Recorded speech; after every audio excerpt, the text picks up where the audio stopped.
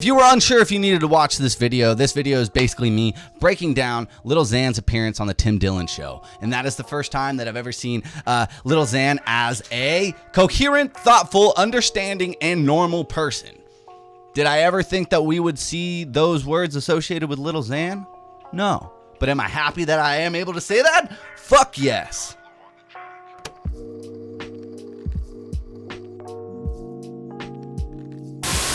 What's up, Xanarchists and Xanexes?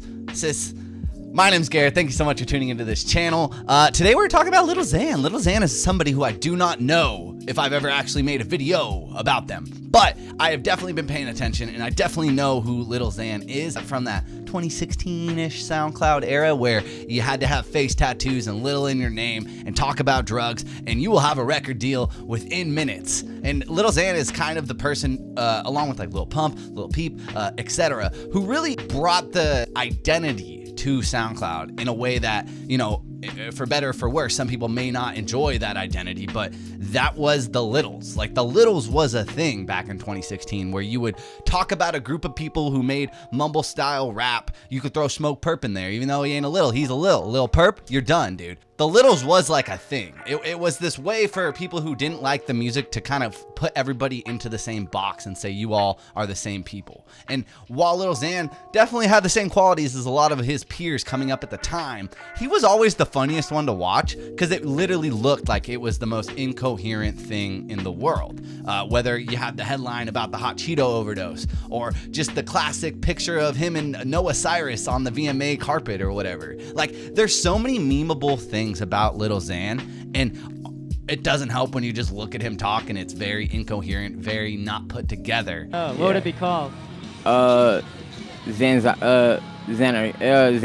because that's my Insta handle. Xanxiety, yeah. It just has a really fun pun to it, because you just literally put X in front of anxiety and it's Xan. But today we're talking about the bright side of hip hop, which is something that I don't think us as a culture, us as an industry do not actually look at and take notice to. We're so happy to watch someone blow up. We're so happy to talk about how they're falling off, but we never actually give time and credence and attention to the moments when they actually try to better themselves. And if we do, there is always some type of backlash within that as well. Just look at Lil NLE Choppa versus Lil Chakra or NLE Chakra or whatever that bullshit is. That guy's just trying to better himself, according to him. And even if he's saying a little crazy stuff, NLE Choppa is just trying to better himself, and everybody has nothing but bad shit to say. NLE Choppa definitely is coming out with this newer album that is all based around this change of mindset. He's already announced that, and if that sells, then boom, you can do it. You can transcend. The people want to see you win.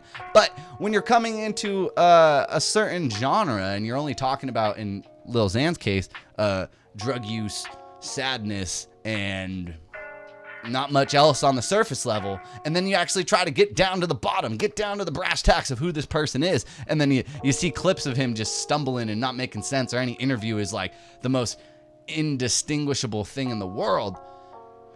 It's easy to write him off. It's easy for everybody to just say, this is not going to last, you need to move on. That is all true up until this day in history. This day in history. The day that Lil Xan went on the Tim Dillon show. Tim Dillon, one of the top 5 funniest people working in the industry. Tim Dillon has a podcast, very, very funny podcast, but it had Lil Xan as the host in the guest chair. While you have Joe Rogan doing this Kanye West podcast, you have Tim Dillon doing the more important one, doing the groundwork with the Lil Xan podcast. And I just have to highlight a few things. Really, this is just a video saying go watch Lil Xan on the Tim Dillon show, because there's so much in there that is actually worth listening to. Lil Xan for an hour of anything is kind of hard, but not this Lil Xan. This Lil Xan has been sober since May of 2020. Apparently had 5 seizures in one day off of drug withdrawals when he was trying to just go cold turkey. He got admitted into the hospital for a couple weeks, and when he got out of there, he was given some non-seizure medication, and boom, he just stuck with it. He's like, what, at 6 months almost sober as of the date of this, which is October 26th.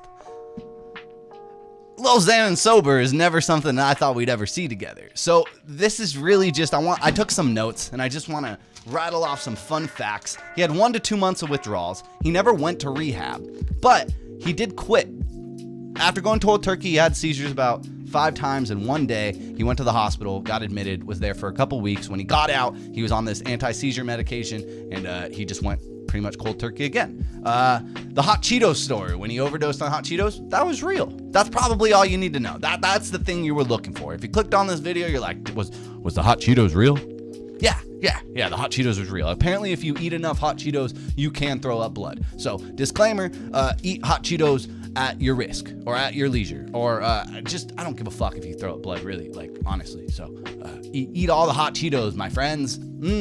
He's currently working on a second album. He's no longer, it seems, with Columbia Records. He didn't explicitly say I'm no longer with Columbia Records, but he did say that they've had differences since, which kind of insinuates that maybe he's getting out of a label deal, or maybe they just dropped him all completely. Who knows? But one thing is for certain, he's trying to evolve his sound.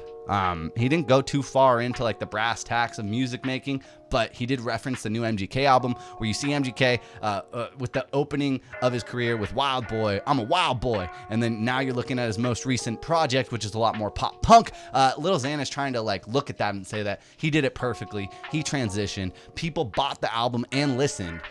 You can change with the times, and you can blend your sound in a way that can still bring forth like your original audience and actually allow them to participate. He was just throwing that out there as something that was interesting. Tupac thing, when he said that Tupac wasn't whatever, he was just mad. He was having a bad day. He was in an interview and people were like, what about Tupac? And he was like, I don't want to talk to you anyways. And they took that as a headline, which brought him into how the blogs portray him and how they're always trying to find a negative light in what he's doing. And I think that's the blogs in general, like negativity sells.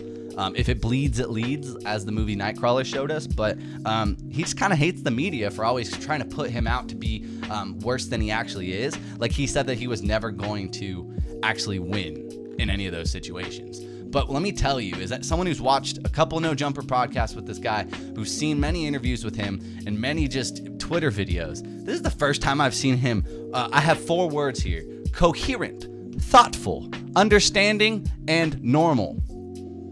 None of those really associate with Lil Xan, but when you hear him talk about real stuff and talk about like him getting better and bettering himself, it all comes across as a very thoughtful and like passionately based like feeling. Like it sounds like something that he wants to do for himself. And he even mentioned in there that like it's almost like a new high how sober as fuck he is. And that's cool, because he says that he's kind of like addicted to that new high. And that's so fucking cool. And I'm not a Lil Xan channel. I'm not even someone who would necessarily you'd find reviewing his next album necessarily. Now I almost want to check it out even more so, because this guy fucking got out of the slump that he was in. And if you just see any of these pictures, he was in a slump. And that just shows that any of us can get out of these rough times. Any of us can fight back against the negativity and actually find who you are within yourself and prove the world wrong. And it seems like that was the first actual interview where he was off of drugs, and that was the first time where I was like, Lil Xan is a human,